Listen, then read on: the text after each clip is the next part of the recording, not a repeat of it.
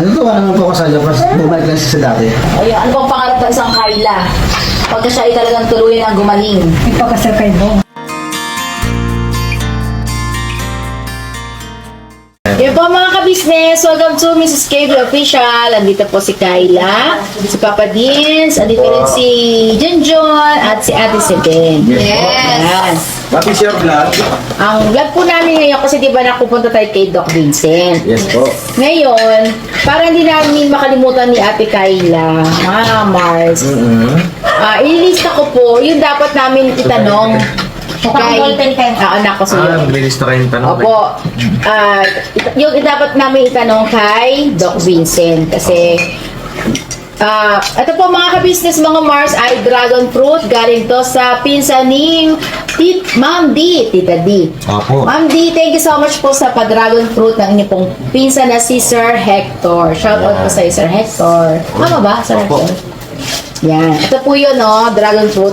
Saka sarap magluto ni Sir Hector. Yes, grabe. Bigyan mo si Kayla. Kay. Tikman mo. Nakakain ka lang, Melinda? Tukunin mo malaki, masarap. Kami kapitan ko. Tamis ko. Lagyan mo na kung ano. Ay, yung Yung kape din po namin galing kay Sir Hector. Pinabigay po ni Ma'am D. Yes. Kape, Nescafe, at saka coffee mate. Ay, grabe. Thank you masarap po. pala, pati yung kape nila na yun, no? Thank you po. Creamer. Ayun daw, yung creamer. Po, sorry, nakalimutan ni ate si Den, si Deng. At si Deng Deng. Ayan po, mga Mars. Ano mo Dito sabihin mo muna na? ako, mga business. At ayun na, may support po natin si Ay, Mama. thank you. Ayan, at meron din po kayong mga dadagdag na mga tanong. Paki-comment nyo po mga ka-business, no? Para may tanong din natin kay Doc Vincent kung kailan man may upload dyan, di sa pagbalik natin, may tanong natin. Opo, No? mamaya po, tatanungin na po namin si Doc Vincent kasi ngayon po yung schedule. Ngayon po siguro may upload to bukas. Yung mga comment nila, Opo. yun po yung itatanong naman sa susunod na Yes. setup. Opo. Anak ko. Dito po muna ako, edit lang ako. Anak. Dito po ako ng ano ko. Okay. Okay na po. Creamer. Dito lang po muna tayo sa ating house habang ako ay nagluluto ng aming pananghalian. Yes. Si Ate Kyla. Ano po masasabi niyo po kay Ate Kyla sa kanyang new look hair? Di ba bagay po sa kanya, di ba mga Mars? Bagay na bagay. Oh, mas gusto ko pa yung ganyan kasi Ano siya, te? Naka-clean. alam niyo po mga Mars, kapag ka nasa camera siya, akala niya yung dito niya ay pangit tingnan. Hindi po. In person, okay po siya. Approve. Yes. Kasi, parang yun nga yung sinabi ko, hinabol yung kanyang, yung sa pantay. Sabi ko nga doon sa nagupit kay Laika, yun ay suki namin si Laika. Ngayon, gabi rin po nagpa-photo na kay Laika kasi nagtampo yung buko nung nagupitan ni Kuya Francis. Tagal niyang humaba. Ano ang pakaramdam ni Kyla ngayon na natapos mo rin yung yung first session natin? Thank you kasi feeling Pakaramdam mo? great. Ibig sabihin, yung sinurot niya sa akin, nagamot naman. Okay. Effective. Yan. Effective. Pati yung mga gamot na tablets, okay naman ba? Ngayon, pupunta tayo ngayon doon. Ano ang gusto? Kasi mga ka-business, may natanong ako kay Udam. Sabi niya, huwag ko daw kalimutan na itanong kung ano yung diagnose kay Ate Kyla. But number one mo nga. Number one tanong. Number 1 tanong. Kasi hindi ko rin po nasagot yun kay Budang. Na ano mo ba? Na kung ano yung diagnose sa'yo? Tanong. Oo. Kung ano yung... Bakit nagkaganyan ka? Anong diagnose kasi tayo? Minsan, di ba, sa atin, may dengue ka. Di ba? Ganon. Ikaw, ano yung na-diagnose mo sa'yo? Nabanggit mo sa'yo ni Doc Vincent? Ano lang, hindi na ako makakatulog. Ganun lang. Kasi ang gawa siguro ng pag-boosting ko na yun. Sige, tapos. Nabiyasa akong ganun eh. Tapos gabi dati pa yun ha. Di pa kami nagkakapilado na papa din. Umalis ako ng gabi. umaga na ako nakaka-uwi. Saan ka napupunta? Nagtatambay ko sa Santa Maria. Kasama ba boyfriend mo? Hindi ako lang. Wala na, hindi, matagal na akong doon nag-boyfriend eh. Pero ilan ba naging boyfriend ng Ate Kayla? Matagal lang naman. 3. Opo. Okay. Napakilagay mo number 1. Ano ang diagnose ng Doc Vincent sa kanya? Nung una, hindi ko naman siya nararamdaman, hindi naman siya tumatalab dati. Kaya lang nung nagbalik kami nitong month na to, naobserbahan ko na parang nagbago yung pagkatao ko, naramdaman ko na effective yung gamit na tinurok. Oo. Naturok man siya. Kaya lang, naiinuman naman ng pang... Papakalma. Ayun. Ibig sabihin, yung turok na yun, ano yung... Kasi naitanong ko namin din sa kanya nung nakaraan po. Yung turok po daw sa kanya ay, ano yung naging sanhi ulit? Yung sa mga hindi nakapanood. Ano ba yung naging sanhi? Kung ano yung pakiramdam mo nung natulukan ka? Kasi parang first time nung yata ngayon pag-injection, di ba? Pangalawa, te. Pangalawa na ba yan? Kasi dati, tinurukan siya, ang epekto nun sa kanya, yun nga, nagsungit siya. Yun Kasi yung hirap siya makatulog. Kasi, Kasi dinisay na hindi para maging kampante yung sarili ko, hindi ako gumagala, hindi na nangalakal, hindi naturukan. Pero alam, yung naman, naturukan, parang gano'n naman, gusto kong lumayas, hindi mapakali yung sarili ko, parang gano'n din. Yung unang turok niya yun. tapos itong pangalawang turok, hindi. Ganun din, ganun ang effect niya. Ganon, itong pangalawa. Ako, ganun ang effect niya. Pero yung gamot na iniinom, para din doon. Kumakalma lang siya pagka nainuman. Alam ko na ganito yung mga ka-business. Kasi, yung unang turok sa'yo, may follow-up tayo doon ng gamot. Pero, hindi mo ininom ng tuloy-tuloy. Kaya, bali, wala rin yun, di ba? Sabi ni Doc Vincent, eto, Kayla, kailangan mo siyang inumin ng tuloy-tuloy para hindi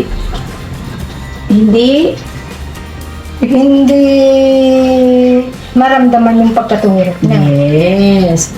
Kasi yun, magka-convine yun, Ate Tay. Kaya parang, siguro nung naturukan ka, para ka lalo tuloy nag-wild. Diba? Yan ang pakiramdam mo, no? Yung kasi madedesisyon yung Papa Dins para natala ko dun. Itong pangalawa, te, di ba, inati din namin siya nung gabi. Doon. Ano siya? Yung pagka, niya ng turok, nung kinagabi na hinati namin siya, nagsungit talaga siya. Oo, nagsungit siya noon na hindi nga ako inaantok, yung ganun siya sumagot. Pero, kinabukasan nun, iba na ulit na Kayla. As in, tuwing nagpapainom kami ng gamot, never niya kaming sinungitan. Okay. Oo, talagang okay na okay siya. Unlike before, na di ba pag pinapainom natin siya dito sa talagang, siya, nagagalit siya. Tapos, di ba minsan napapansin natin pag tinitingnan natin siya sa kwarto, sinisilip natin parang may kinakausap. Yan. Pero ngayon, yung nakainom ko na ng gamot na talagang nilulunok mo na, kasi po minsan mga ka-business, mga Mars, hindi po niya talaga nilulunok. Di ba, Kay? Tama pa, mali? Ano yung ginagawa mo sa gamot? Yun dati yun Pero yun dati, anong ginagawa mo na? Natapo pa sa Saan? natapo pa sa ilalim ng dila ko. Yun, ang galing talaga ni Ate Kayla. Bakit ba ayaw mong inumin ng gamot? Tanong. Kasi minsan kasi, yung gamot kasi pumapakisama lang sa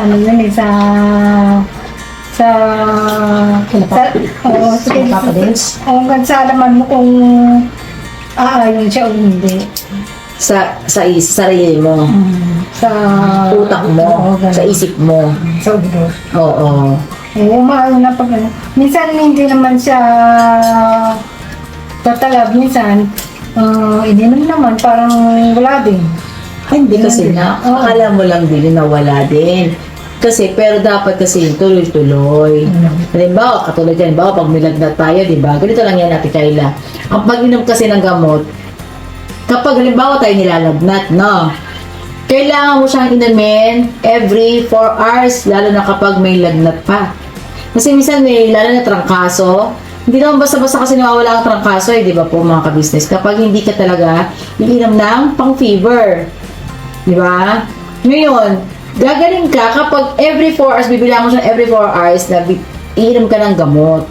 Kasi para tuloy-tuloy na yung nawala yung lagnat mo, tuloy-tuloy ang paggaling mo nun. Hindi siya pwedeng mag-cut lang. Kasi kapag hindi, bawa, minom ka ng paracetamol ngayong umaga, wala. Yung maya-maya uli may after 4 hours or 5 hours, nilagdag ka uli, halang-halang wala ka inom uli. So, kailangan mo pa siyang uli, inumin. Ganun yun. Ganun din yun, Nak, sa may infection ka. Birisatahan ka ng gamot ng doktor. So, karamihan sa may infection po, di ba mga ka-business, ay 1 week na gamutan. Dahil pinapatay natin yung bacteria sa ating katawan. So, kailangan nyo walang patlang ang pag-inom. Hindi kasi pag-inom natin agad ng isa, ay tatalab na yun. Hindi, Ate Kayla. Kaya yung sa iyo, pag sinabi ni Doc na, Kayla, etong sa umaga, inumin mo itong isa. Sa tanghali, ang isa. O sa gabi, yung kalahati. Hindi ka pwede mag-skip ng isa. Bawa, di mo inumin sa tanghali. Tapos hindi mo inumin sa gabi. Tapos sabi mo, wala namang epekto eh. Hindi mo na ituloy. Kaya yun, hindi umepekto. Di ba? Tama ba? Mali. Tama. Appear. At syempre, salamat sa iyo. At dahil ngayon ay tinuloy-tuloy mo na yung pag-inom. Hindi mo na siya, ano yung ginawa mo dati?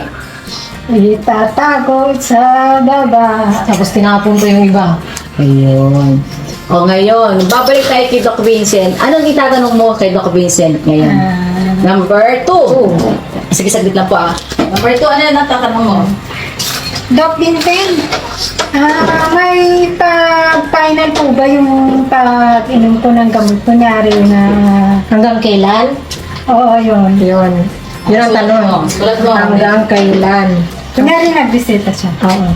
Hanggang kailan ang pag-inom ng gamot? Oh, kasi ano na lang yun 1 week na lang yung pagtulog niya 1 week na naman yun. Kaya siguro sumasakit yung ulo ko kasi hindi ako nainuman kagabi, no?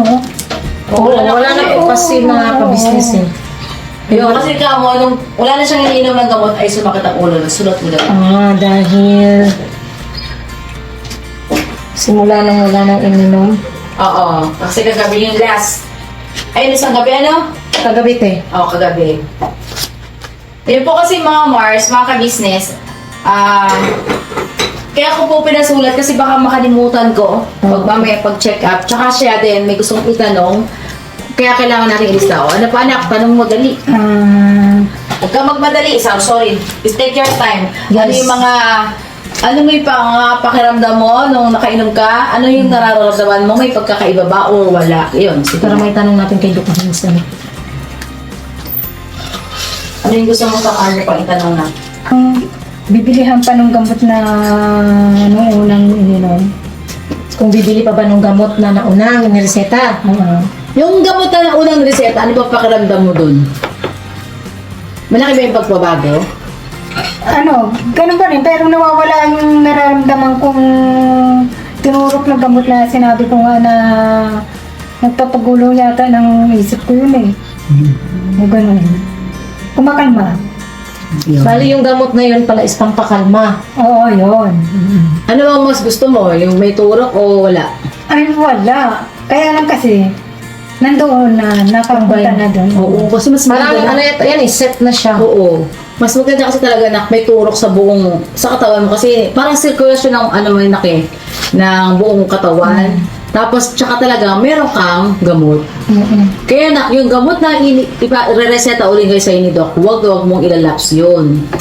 Pero No. may tanong ko sa'yo, Kayla.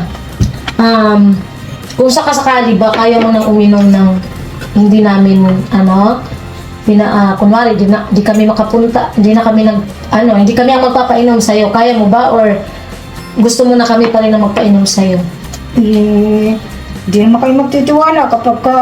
Correct. Appeal.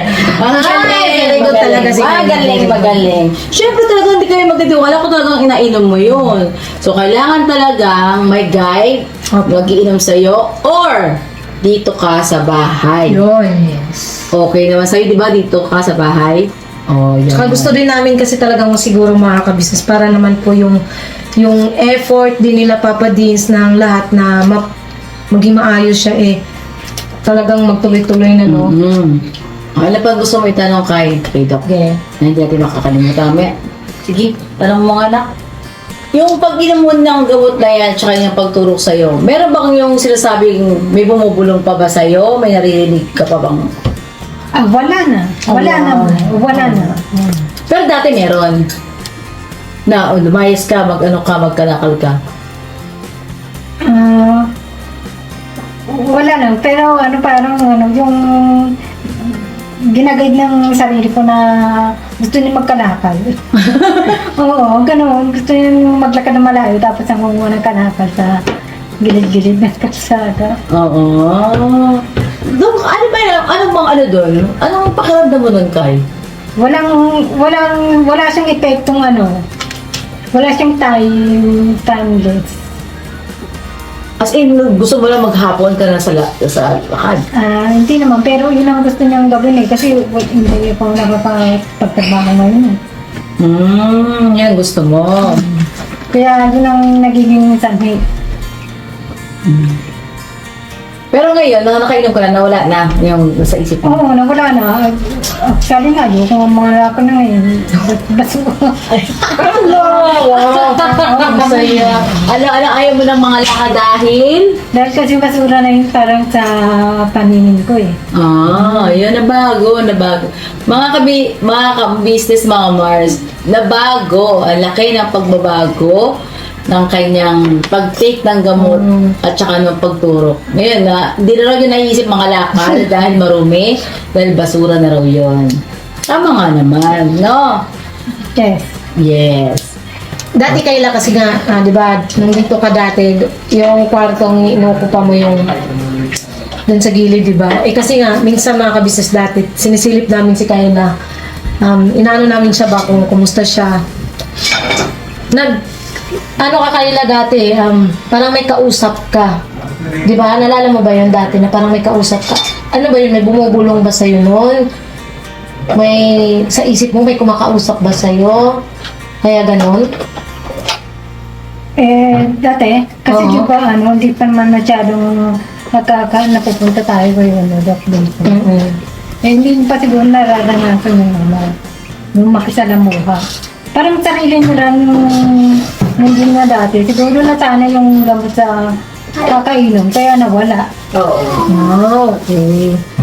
Kasi po kasi siya mga ka-business, naging consistent din yung pag-inom niya ng gamot. Yes, Kumbaga talagang tinuloy-tuloy. Sana Ate Kayla itong balik natin ulit kay Doc Vincent mamaya ay maging kung ano man yung ireseta uli, sundin mo lang uli, ha? Ate Kay? Huwag kang magsasawa. Huwag kang magsasawa na inom kasi para sa iyo yun, Sa ha? kabubuti mo yun, din. Ikaw si Deng, may tanong ka, Deng? Wala Kasi para yon ay tuluyan ka ng gumaling. Diba? Gusto mong gumaling, diba? Oo. Ano bang pangarap mo? Ayun, ano bang pangarap ng isang Kayla? Pagka siya ay talagang tuluyan ng gumaling. Ang sabi niyo nga po, subukan niyo na ipakasal kay Bong. Hearts beat to the city streets. We began to feel the fire. Ang talagang nilalayo natin para sa kanyang buhay. So, at least, itong ginagawa natin pagpapagamot kay Ate Kayla, nakikita na natin yung resulta. Opo. Nakikita na natin yung kanyang pag-igay, mga kabisnes. Lahat ba kayo dyan, mga Mars, ay masaya sa kalagayan ng Ate Kayla ngayon?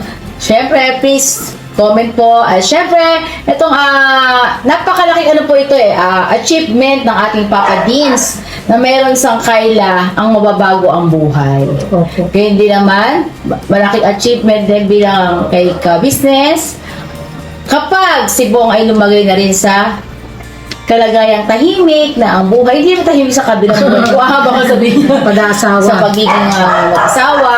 Kasi mga ka-business, nakikita ko kay Kuya Bong, ang laki rin ng pagbabago. Bakit? Andito ang isang Kayla na ang aga niya dumating kanina. Pakitawag John si Kuya Bong. Pasunin naman. Mga Mars, ang aga dumating ni Kuya Bong. Ang usapan namin ay, sabi niya, paalam siya kagabi, alas 9 ang dating niya. Pero maaga siya dumating na din. Ano masasabi mo na kay Kuya Bong na malaki din ang pagbabago? Nung dumating ka sa buhay niya uli. Ang sweet niya, saka labing. Oo, kasi nararamdaman ko na sa kanya, hindi na siya, hindi na siya bastos. Yun, nararamdaman daw niya na hindi na bastos daw. At tapos, ano pa?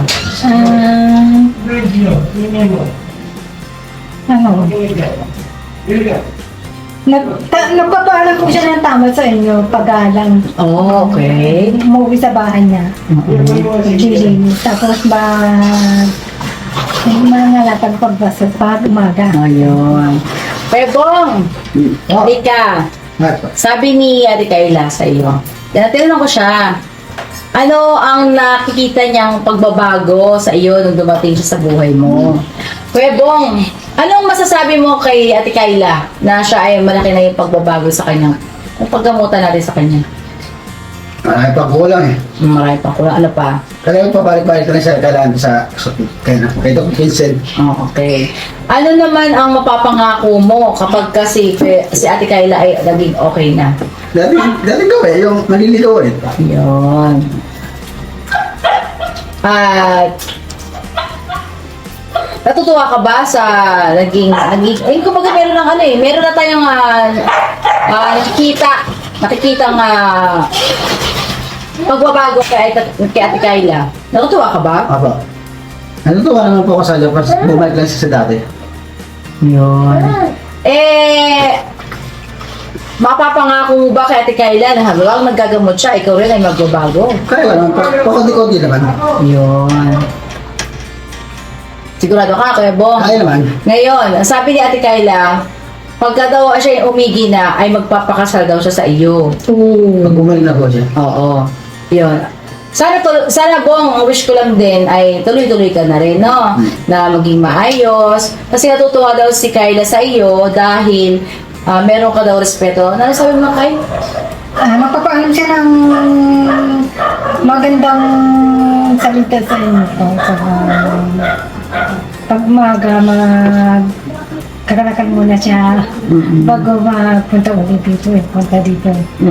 Minsan nga, di ba, hindi po natin siya nasama kasi nalit na siya nang dating alas 9. Yun. Natutuwa ka naman sa ganong attitude ni Kuya Bong. Yun.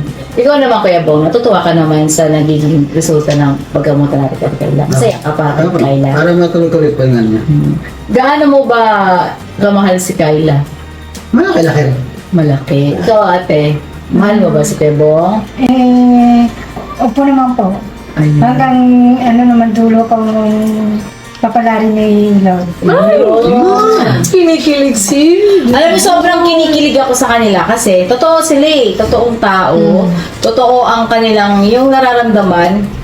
Basta, mga ka-business, mga Mars, totoo ang nararamdaman ko kay Kayla, kay Kuya Bong. Ang laki talaga, ang laki ng... Ako, nire-respeto ko sila eh, yung ganyang pagmamahal nila. Ay, Pierre Kay. I love you, Kayla. Baka genuine yung pagmamahalan nila. Sabi na naman nila, ay dyan na naman kayo. Ay, huwag na nating yun. Huwag na nating pansinin kung ano man yung negatibo ng iba. Ang tingnan lang natin, yung ito tayo eh. Positibo yung tingin natin at pananaw sa buhay natin. Yes. Huwag tayo maging negatibo kasi ang akin, kapag naging negatibo ka, hanggang doon ka na lang. Nung ibang tao kasi ganun po, ibang tao ganun. Oo. Pero sa atin, Ay, wala yan. Tapon na lang natin yan. na lang natin, i-let go na lang natin kung ano yung mga negatibo. Kasi hindi tayo makakausad, hindi tayo magkakaroon ng peace of mind kung meron tayong negatibo. Diba, Kayla? Apo. Yun. Yung mga kabisnes, mga Mars, maraming salamat po sa inyong pagsubaybay sa Mrs. KB Official. Ilan yung katanungan natin? 3. Ano yung una? Ano ang diagnose ni Doc Vincent? Tapos ang pangalawa, hanggang kailan ang pag-inom ng gamot? Dahil simula nang di nakainom ay sumasakit ang ulo. Oo. Tapos? Ang pangatlo, kung bibili pa ba ng gamot na sa yung naunang nireseta. Kung yung, ang tanong po ni Kayla, kung yung pa rin daw po ba ang iinamin niya Yes. ang gamot? Pagka yung pa rin bang iniinom mong gamot, okay pa ba sa'yo yun? Yung, Pakiramdam mo? Yung pinapainom namin sa'yo. So, okay sa'yo yun? So, depende pa rin kasi. Depende pa rin yung kay Doc kasi siya ang nakakaalam kung ano yung next stage naman ng gamot para sa ating Ate Kayla. At least nakalista na naman dito yung iba at may naalala pa kaming iba at isusulat din po natin yan mga Yes, Mars. Maraming salamat po mga Mars sa inyong pagmamahal sa ating Ate Kayla at Kuya Bong. Sana patuloy pa rin natin silang subaybayan sa kanilang journey. Yes, Maraming salamat po sa inyong suporta at syempre salamat din po dun sa nag-sponsor kay Ate Kayla na si Ma'am Watkins. Maraming salamat Yes po. po, thank you po Ma'am Watkins. Medyo akin tayo, wala. Magkakaroon ka niyan at meron ka niyan. Yes. Maraming salamat po. Never say goodbye. Tomorrow is another day. Bira! Ano ang sabihin mo kay Ate Kayla? Kuya mo isang say lang. Ano? Basta patuloy niya. Para? Gumaling siya. Ayun. Maraming salamat po, Kuya Bong. You're welcome. You're welcome. Welcome, ma'am. Magpasalamat ko sa ating mga viewers. thank you po sa ating lahat. Walang sawa niyo pong pagtangkilik sa Kabisnes Official sa Kapatings TV. Good day po sa inyo.